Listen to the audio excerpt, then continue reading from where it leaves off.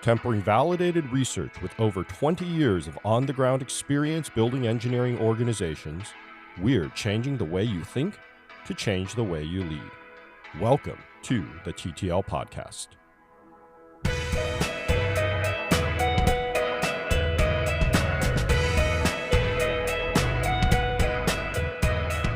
Thank you all for joining us for another episode of the TTL Podcast. Andy and I thought today that we would talk about leadership because it is a topic that we very rarely touch on this podcast, right? We've never talked about it, Mon-Chaio. Not even around the edges. We just have completely avoided that topic. And it's certainly not in our name or anything. But this is going to be interesting because leadership can be so general. And we don't want to get into this philosophical idea of every culture's definition of leadership and what it is in all different aspects. We do want to focus it on the technical leadership part. But I think what we're going to touch on is just real quickly, can we agree to a definition of what leadership is in technical environments? And then talk about, are there different ways to lead? Are there universally good ways to lead, universally bad ways to lead? And what we can learn from those lessons to take forward to our own organizations. Anything else to add, Andy? No, I think that about covers what we're going to try to cover, and we'll see where this goes. Sounds great. Maybe the first thing that we should talk about is, do we need to talk about what is leadership, or is that too pedantic? Everybody knows what it is, and we're just going to go into semantics and wordplay here. I think just to anchor it a little bit, make sure that we agree on what important words mean. I think let's give it a shot. And I'm going to start off with an incredibly broad definition. I would just say leadership is the ability to get people to work towards a goal. Very, very high level. I'm just going to throw that out there. What do you think, Mon-Chaio? I think I agree. I think at its most basic point, I think that makes a lot of sense. And it's really close to this article where they tried to make a definition of leadership by breaking up the word, and lead means pioneer or whatever. And they define leadership as determining a path that a group will follow, leading a group to reach a goal. Andy, that's exactly your point. And owning the required skill set to mobilize followers with intrinsic motivation. What do we think about that? The intrinsic motivation, I think, okay, yeah, that's great. But that cuts out other forms that you might say are getting people towards that goal. Exactly. I think if we look at the first two parts, determining a path that group will follow. Determining a path. It doesn't say who determines the path, so it does leave that open. To me, it implies a bit that the leader is the one determining the path. So that starts to close it down. I think the listeners also are going to start getting a little sense of what are the different leadership styles that are coming out of this. That's right. When you first read it, perhaps there's not a lot of pushback on this idea of both intrinsic motivation or determining a path. But I think you're absolutely right, Andy, that when you lock it that way, it does lock out a lot of different leadership styles. And I think this definition of leadership may be through a big cultural lens here, of a culture that values this idea of intrinsic motivation and values this idea of autonomy and self-determination. Now, I'm going to ask a question that takes us from our definitions that we're playing around with to a bit more specific in the tech space. Does this definition, or does any nuance of it need to come in for a tech company, for a company that is primarily about software or software-heavy systems, which is what we would be talking about? I don't think so. I think it works pretty well. What do you think? Yeah, I'm trying to think. Everything I can come up with is kind of contrived and actually narrows that definition again. Because one thing I thought is to show leadership, you have to have some aspect of skills in the activities that are going to be needed to achieve that goal, which personally I think is somewhat true. But it also starts removing certain approaches to leadership that don't require that. That are very context dependent. Yeah. I think that there are certainly software activities where and we haven't touched on this topic yet, this idea of does a leader need to come from a technical background or have done the hands-on work? There are certainly some software activities where that's absolutely required. Maybe many, maybe most. I don't know. Yeah. If you're going to be the tech lead on a team, I'm betting that you're going to be an expert in a lot of the techniques you're going to be using to achieve the goals of that team. Even if you're CTO, not a tech lead. it's often very difficult to justify the actions that you're taking when you don't have the same mental model as the people that are thinking below you. And Yeah. sometimes it's very difficult to achieve that mental model when you haven't done the work. All right, so we have a definition. I think it's Mm-hmm. workable. We're going to keep it very broad because it lets us talk about these different leadership styles. Now, Mon-Chaio, I'm going to raise something, which is that I think a lot of these styles people would not espouse, but they will do. And I think that's really important to keep in mind, that a lot of these styles, especially when we start talking about what were labeled the toxic styles, people would not say, oh, yeah, I do that, or I should do that, but they will do that.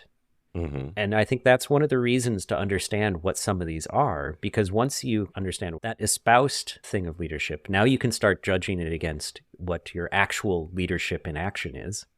That's the reason to bring this up, is to say that even though you may not espouse these, it may be something that you're doing.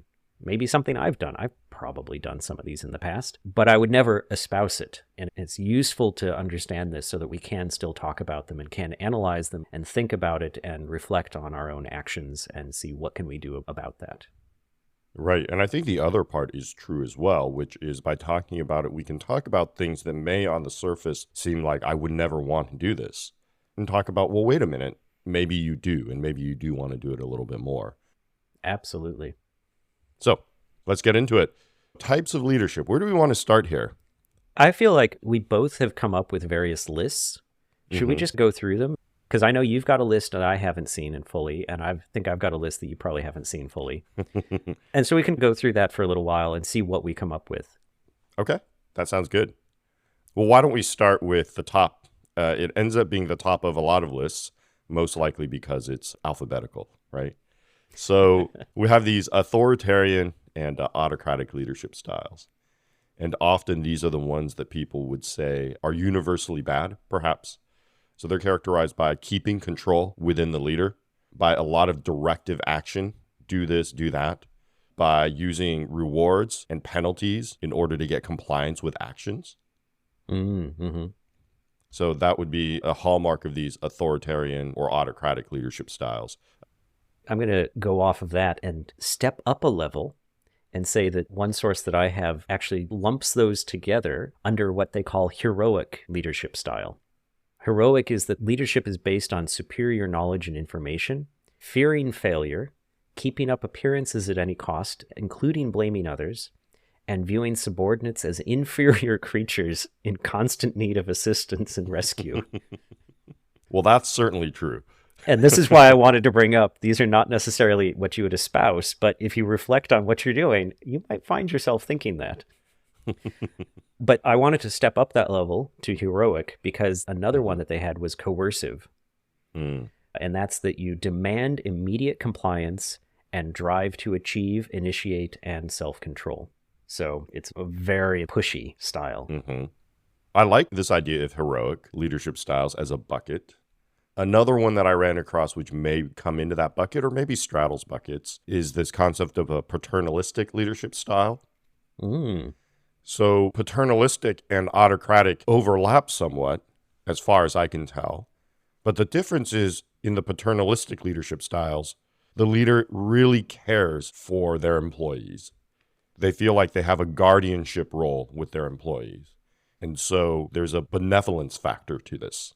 So that's, I think, the difference that would characterize paternal versus like an autocratic. I actually found a reference to that somewhere, a paternalistic leadership style. And on your thing of this may be a cultural thing, apparently paternalistic leadership is a fairly common style in Mexico, and it's a common style in Turkey. And in fact, this paper had a quote of a Turkish worker who had moved to the United States and had worked in the United States for a few years. And the quote was along the lines of, when they first moved to the U.S., they thought it was liberating that the paternalistic style was gone. But then over time, they actually felt it was very alienating because they felt that their manager or their leader had no interest in them as a person. Whereas in the paternalistic style, there was an interest in you as a person. I want to get into that because I think that I can see myself doing it. And maybe I'm just telling on myself to the world now. but that's why we have a podcast, right? And I have read other things along the same vein, which is your empathy for you or for them? Mm. And the reason that I want to bring this up is because I think a lot of times I can find myself using this type of caring about employees thing as like a leadership tactic. I've even said it. I'm like, look, the first thing you do when you come in on Mondays, you ask, how was your weekend? It's a really great lead in. It gets people talking about their day. They feel connected. But the question is, do I really care about how their weekend was? Like, really and truly. Do I care about it as much as if my wife had returned from a vacation overseas and be like, oh, how was it? Tell me about it. Or is it really just a check the box mechanism where I kind of care? Yeah, I do care. But mostly it's like, okay, I want to give them 5 minutes to talk about it. Yeah. When I lived in Germany, I had many people ask me why Americans were so friendly. Because they would go to the US and they'd go into the supermarket and they'd be checking out, and the cashier would maybe start asking them about their day and what are they doing later tonight? Oh, what are you making for dinner? How are you doing? All that. And they kind of liked it, but it also gave them the sense that Americans were very superficial because there was no way that this person was actually interested in their day. Mm-hmm. And I think the difference being that paternal leadership, it's that gradient, but the gradient runs really strongly towards I really do care about these people because it is a guardianship relationship. And it's different. You can't guard if you don't know what their context is. Yeah. And I say that to bring up the next type of leadership that I ran into I thought was interesting, which is something that they call transactional leadership. And transactional leadership is this concept that you as a leader are transacting with the people that are doing work. You're trading rewards, promotions, assignments in order for good work. The goal here is to transact in a way where both people are comfortable. There is no need to motivate necessarily or innovate or really get to know these people on the ground. This is strictly a business relationship. That's kind of the thinking going on in those cases. That's right. And the funny thing is, I think that when we talk about things like transformational leadership, many people would pin themselves there and say, oh, yeah, of course, I'm a transformational leader. But I think back to how, especially in my time in big tech, how things were organized.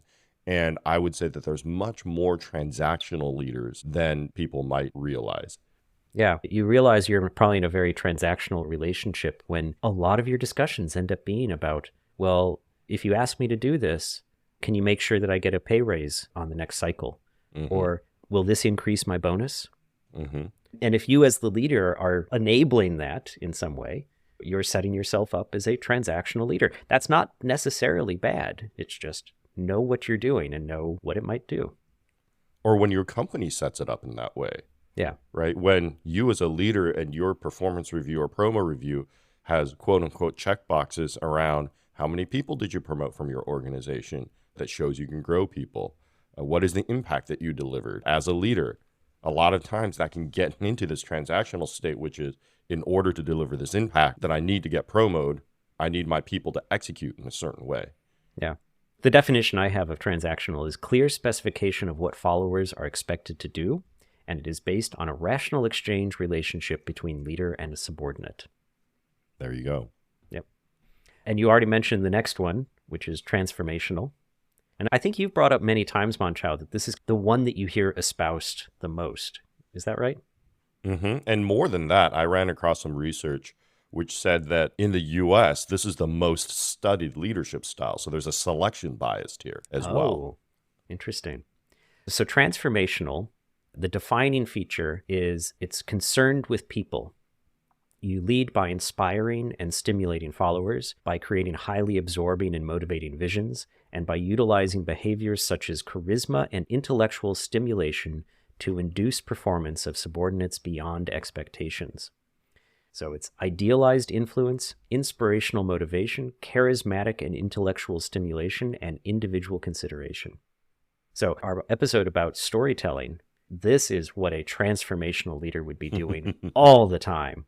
They would be thinking about what's the story? Is that the thing that's inspiring, that will motivate? Will it influence people? They'll be very conscious of their own image so that they can have that charisma that people will look towards. And that image, it may not be like that they have an excellent haircut and an amazing three-piece suit. It may be that they are very consciously that tech guru, and they know that they need to know the ins and outs of the Java garbage collector, and that's what will give them that charismatic and intellectual stimulation that they can give to people. Mm-hmm. And you can see why that this is, at least in the United States, a very researched phenomenon. I think researchers have found early on that transformational leaders tend to have a boost on organizational performance. And so they then studied what makes a transformational leader, what are the attributes, can they quantify it, that sort of thing. And it makes sense, right? In the United States, where you have a very individualistic culture, there's a lot of tech companies, especially now, who espouse bottoms up. You want your employees and engineers to be able to raise ideas anytime. The rise of the agile movement, this idea that anybody can stop the line at any time, that fits very well with a transformational leader. It's very difficult now to tell those people just what to do and become autocratic. You have to inspire them with things like storytelling and culture building and all of the things that are so difficult and such a waste of time, Andy, because you could just tell people what to do, right? What I think is interesting is that even in places where the traditional view is that it's a technical meritocracy, Mm-hmm. this kind of influence-based storytelling, guiding people towards something approach to getting into a leadership position happens. So I found a study on open source software. They looked at thousands of repositories and commits and pull requests and comments and all of that spanning multiple years on GitHub. And what they were doing was they were testing for, is it purely the number of pull requests that the person gets merged and the quality of their changes and that kind of thing that gets them into that leadership position? Or is it something else? And what they found was that the transition to being a leader was about 1/3 technical and about 1/3 inspiring, which was shown as they were taking part in conversations and they were espousing negative or positive sentiment and getting people to move along with a vision. They had various ways of measuring these. So even in open source, where you might have this idea that it's just people turn towards the great maintainer. No, because in open source, the big thing you always have to be conscious of is how do you get more people to join? Mm-hmm. And one very small way is you have technically interesting code. But a much bigger way is you give people a vision and you give them a thing to drive towards, because they're only going to do it if they find it compelling enough to spend their free time working on it. Well, yeah, people have choice there, right? It's almost a recruitment tactic. Mm-hmm. And you find that in a lot of tech companies too, especially the larger ones that espouse a desire for people to be able to move between organizations and teams freely, sort of have an internal marketplace of engineers. You get that as well. People have choice. And so as soon as people have choice, the inspiration and storytelling becomes a much bigger deal. I was going to ask, can we get into a few of your toxic ones that you found? I think those are going to be fun. Yeah, I don't want to spend too much time on these because unlike the other ones that we've talked about, which have uses, as you've heard, these ones mostly have no use, but we should get into some of them. Let's see. There's a big long list here. How about I start with this term called insincere leadership? So that occurs when leaders use a diverse set of leadership behaviors to achieve personal goals at the expense of others without direct confrontation, but rather in the form of clandestine and deceitful tactics and strategies. I just pulled up your list and I have another one that caught my eye. Leader narcissism. Leaders' behaviors are principally motivated by their own egomaniacal needs and beliefs, superseding the needs and interests of the constituents and institutions they lead. Mm-hmm. I think that's the common thread I'm seeing through this whole list is achieving your private goal at the expense of organizational goal or at the expense of subordinates or the expense of something else. Mm-hmm. But personal goals, I think, are so difficult, right? I think it's very difficult to say that you are 100% always leaned into your people and your organization.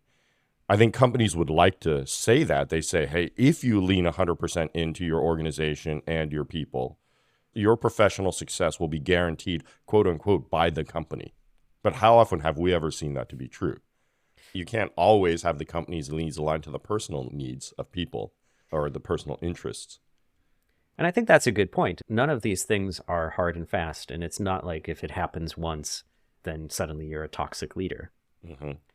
In fact, I think you even said in here that somewhere in this paper, they talked about that these are traits that are toxic if they happen repeatedly and over Right. time. Yep. Yeah, you're absolutely right. A lot of these definitions end up being if they happen repeatedly or over time, or if it's a primacy in your leadership style, then they can become toxic. But I think it's very difficult to get away from all of these. Things like insincere leadership or some of these others, especially in organizations where they tell you you're supposed to look out for yourself. When I was at a big tech company, my manager famously said, "You are the one looking out for your career." And how can you do that if you are 100% in transformational leadership? You're not focused on your personal goals at all. You're not saying, oh, well, I have a thing between two different ways I could take the organization strategically. I think they're both reasonable, but man, it's going to look so much better for me if I take it in strategic direction A. Mm-hmm. Or, they want me to hire 5 engineers in the UK or 30 engineers in India. Kind of the same, but kind of nice to have a larger group, right? And I can learn some more things about how to manage through people better if I have a larger group. Let's go with the India side. Yep. Yeah. That is the tension of rewards in the world.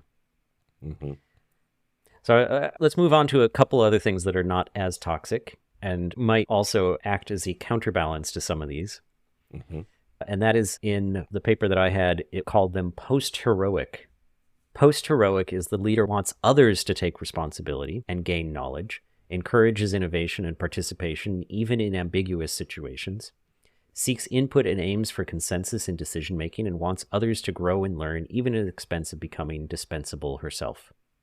And then one that I think a lot of us would be familiar with, at least in an espoused form, Mm-hmm. maybe not necessarily in actually seeing it happen, is democratic post-heroic, which is high group participation, discussion, group decisions based on consensus encouraged by the leader.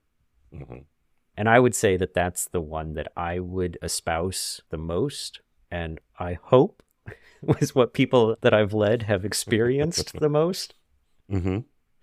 And the other one is shared leadership, which is you have devolved the aspect of leaders so far that everyone is a leader.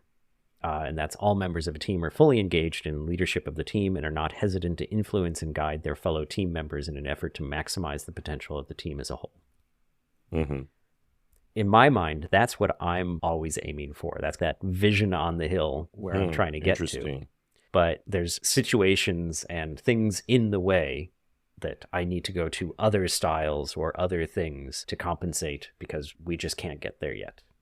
Yeah, I don't know if laissez-faire leadership also fits into that post-heroic bucket. This idea of low-touch leadership. You want to basically let people do what they do. You want to have as little touch as possible. Don't do any intervention or as little intervention as possible. It is. Now, I have a reference for laissez-faire, and it only came up in this one place for me. And this is in the book, The Psychology of Executive Coaching, that we mentioned in our last episode. And this is a summarization of an analysis of 3 different leadership styles and how effective they were in this group setting. Mm-hmm. And laissez-faire leader was the least productive group of the 3. The boys were unable to work independently, tended not to cooperate, and their work efforts tended to be disorganized. So as much as I say that's kind of like where I want to go, that's not the outcome I want. Right. And basically, I see that as like that unattainable vision because it takes so much skill on each individual's part to really get there that the best we can really do is an approximation. And I think it would be bad leadership to just laissez-faire leave everyone to it and expect that magically it happens. Yeah, I agree. The other 2 that were studied were autocratic and democratic. So the autocratic style, it said productivity in this group tended to be higher, but less creative in quality. And the democratic followers in this group tended to be more self-motivated, and then they continued to work on tasks when the leader was not physically present. This group was less productive, but the quality of work was higher and more creative. Mm-hmm. So we can already see, just based on that statement, without even going to the other research, that there are good things to take from both of those top 2 leadership styles anyway. Maybe even the laissez-faire one. Yeah. But I've also found research that says autocratic leadership styles are really important when stress is high, and that in highly stressful environments, an autocratic leadership style delivers better outcomes than things like transformational leadership. Yeah. So should we move on to a little bit of a story and a situation that we can think about the leadership styles and how they might have played out differently? And I think it will get us to autocratic and democratic styles, and we can think about this because the story will involve both of them. Okay. So a few years ago, team I had that I was working with, they had been running their system on premise on VMs for years, had built up a ton of automation around being able to manage these VMs, being able to provision, reprovision, change the configuration, all incredibly automated, to the point that a physical server could be shut down, completely wiped, brought back up, and everything reprovisioned back onto it with a single, well, I should say a single command, maybe two commands. Mm-hmm. However, a thing that happens with automation of that caliber is that it becomes very tightly tied to the infrastructure that it's built on. And the operating system that it had targeted was coming end of life. The new version of the operating system, I'm looking at you, Ubuntu, completely changed how it managed almost everything, really, which meant that all of that automation would have to be pretty much rewritten to continue supporting everything that we did, which meant that we had a decision to make. Do we do that rewrite, continue targeting the VMs, or do we say that this is a good point to do a rewrite to target something else? As I just said, the thing I usually go for is more of that democratic style. We approach that as, all right, this is our question. How do we answer this? And the group thought about different approaches. They debated it. They went through, what would this one look like? What would that one look like? What would be the cost of this? What would be the cost of that? One of the things we brought up was, could we just transfer all of this just straight to AWS? And what we ended up with was, let's keep portions of our automation tooling, rewrite all of that VM infrastructure onto Kubernetes, which means we would have to learn Kubernetes. We'd have to learn how to run it on-prem because we still wouldn't be able to migrate into the cloud. The role of the leader in this case was to start teasing out, and this is what I was doing, start teasing out, what is this narrative? What's this inspirational story that we can use? And feed that back into the democratic process. Mm-hmm. Okay. So we started coming up with, and I started telling the story of, we can do this. We can use it as a stepping stone to getting us off of our own hardware, off of managing the network directly, managing the internet connection, all of that, and give us a stepping stone into AWS. And we can do this piecemeal, because once we're in Kubernetes, transition to the cloud, where you've got EKS, for instance, isn't as big of a deal anymore.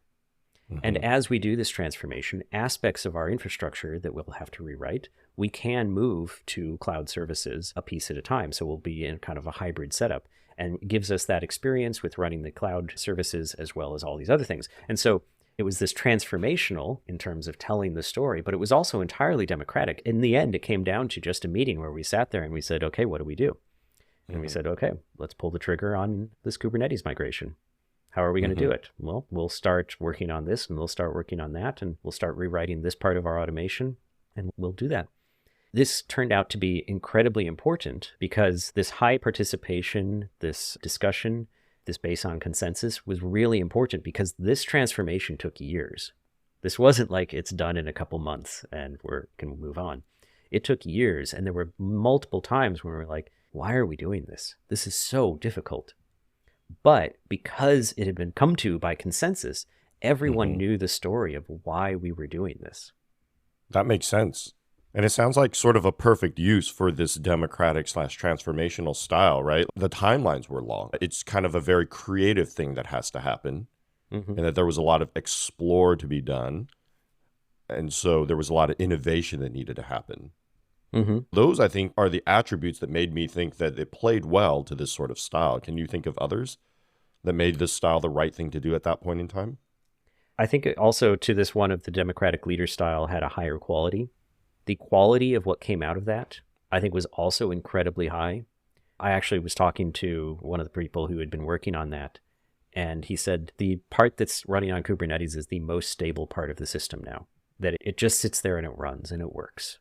And transition of applications from the VMs into the Kubernetes system usually was completely straightforward, and everyone kind of was on board about what are the risks involved, and we'd analyze those risks. And so that very democratic approach also led into the migrations of things, which meant that the quality of a migration was very high. Mm-hmm.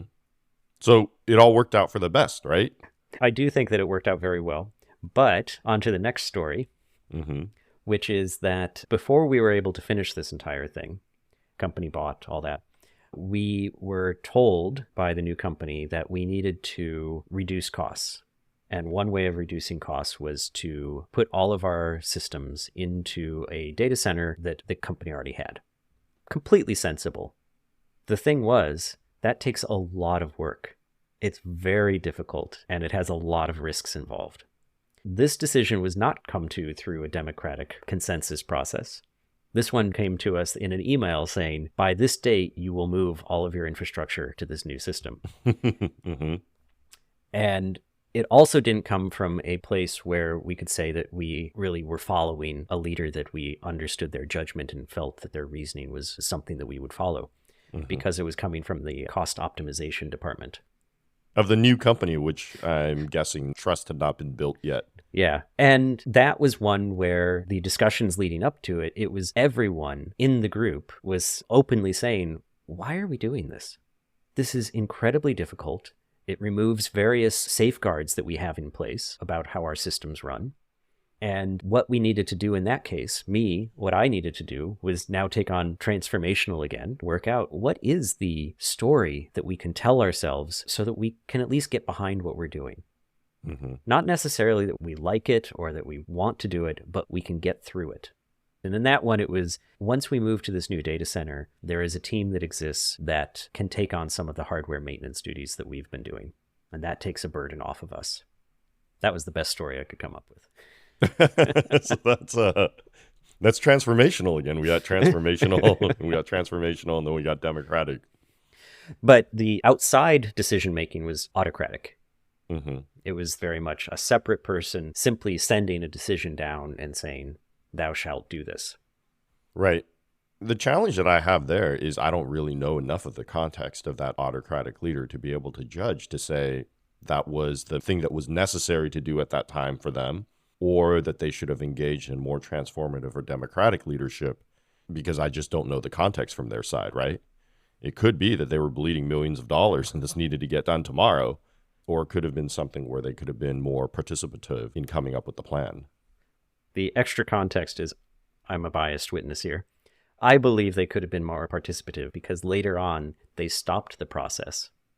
Mm-hmm. After an outage showed that exactly what we'd been saying, which is that this migration reduced our redundancy and could create major outages. And they just stopped it and they said, okay, everyone stay where you are. Wow. That seems like a big waste of time. I don't know. Where do we take it from here? It now seems like that we're just espousing transformational leadership for everything. No. I think it's transformational leadership is a key ingredient in a lot of things. Mm-hmm. But democratic or shared or even autocratic sometimes. I think if that autocratic style had been combined with a bit of transformational style from the people that were sending the decision, it could have been a very different thing. But they would have had a very hard time because, as you said, there was no trust relationship. That charisma that is really important in transformational was completely lacking. Mm-hmm. And so I think those kinds of things are very useful.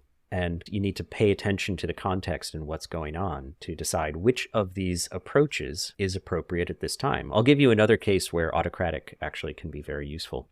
And this goes back to that study. They said, an autocratic leadership style may be preferable when quick, decisive action is required, but less preferable when creative or sustained effort is desired. Mm-hmm. Outages. So that team also had a process for when our site went down, we would call what's called a war room. People would get in there, and one of the first things you did was appoint a leader. Now, that leader basically was an autocrat, and so only certain people could do it well, because one of the things was that autocrat had to make good decisions, but they had to make them fast. And I think, why does it work well there? Because immediate action is needed. Immediate action is needed. Context is limited and fairly fixed. Hmm. because you don't have the long time span. You just need to know what's going on right now. And probably highly stressful if it's an outage. Yeah. Yeah. All right, Mon-Chaio, let's move on to some tactics. I think from the story, we've got one tactic, which is decide whether or not you're in a highly stressed, time-sensitive situation, or if you're in a more exploratory, longer-term situation. If you're more highly stressed, you might veer more towards autocratic. And if you have more time, but you want more creativity, move towards democratic. I think the tactic that I'll give is broader than that, but it's along the same lines, which are that there are different leadership styles. I'm going to read a quick quote from a paper. It says, "Moreover, researchers should focus on leaders' ability to change the degree of authority in their leadership styles, depending on the specific conditions of their work groups. Therefore, the discussion about authoritarian leadership styles still makes sense, but it should be ascribed to a viewpoint inspired by complexity." So combining that, I think it's really important for one, for people to know that there are these other leadership styles, but two, to be able to identify the time to flex to them and to be willing to flex to them instead of saying, this is the style that I'm comfortable with and I'm going to be in this style 100% of the time. Right. Yeah. And I'm going to do one last one. This is more of a consideration. Do you want to be setting up a situation that is purely about a transaction, an exchange of goods of some sort? Or do you want to set up something that is more values-based? Mm-hmm. Your selection of leadership style, your use of different things, sets up that cultural context of what is the way that we approach decision-making and who gets to tell the story in this group. And sometimes you may want to say, this kind of thing is a transactional one. Mm-hmm. But other times you may want to be saying, this is something based on our values. And I think this gets also back to the espoused versus theory and use type thing. Many companies, if I were to dig into the internal details, would say, yes, we are all about transformational leadership. We're all about innovation from the bottoms up. And I think they have the best intentions with that. But some of these companies that I see, what they really are trying to do is get product out to market as fast as possible, probably before their funding runs out, as an example. That ends up being a pretty highly stressful environment where debate takes time, right? And so is your spouse theory versus your theory and use actually true? It's great to say one thing, but maybe in the specific time that you have in this year, maybe you really need to be saying something else and being truthful to yourself. Yeah. And then my last one will just be real quick. We didn't touch on this a lot, but with global organizations, I want to point back to the thing that Andy said about there being high paternalistic values in places like Mexico or Turkey or China. In that same article, the researchers wrote, Western scholars and practitioners tend to have an aversion to the concept of paternalistic leadership. Indeed, paternalistic leadership is unlikely to be a desirable leadership trait in cultures with loose social norms, which prize independence, creativity, and risk-taking. In such cultures, such as the United States, the type of hierarchical relationship prized by paternalistic leadership will be perceived as an outdated, inequitable, and constraining. But the other is also true, where if you have teams in some of these other locations saying that, look, our company is based on transformational leadership styles, where it clashes with their country culture, is going to make it very difficult for you to collaborate effectively. Yeah. It is one of the things that I've heard about ever since I was an undergrad and we were going through our first waves of offshoring, and there was all the discussion about how do you work with the people in these different countries. And the answer was always, yeah, it's difficult because you're going to have to behave in ways that aren't ingrained in you. Yeah, absolutely. And I think there's much more that we could talk about around how do you actually build global teams? What are the things that you need to think about to be successful and what aren't most people thinking about? I think so, Mon-Chaio, and that's why we like talking about what most people don't think about. At least that's what we like telling ourselves. That's what we're doing. That's right. So hopefully you all have enjoyed this episode on leadership styles. What are your thoughts? Do you have leadership styles that you like to use, and what are the ones that you wish you could practice more of that you've overlooked? Or any other comments, let us know at hosts@thettlpodcast.com. Similarly, we would love it if you would give us a like, a comment, or a follow on any of your favorite podcatching platforms. So that's this episode, and until next time, be kind and stay curious.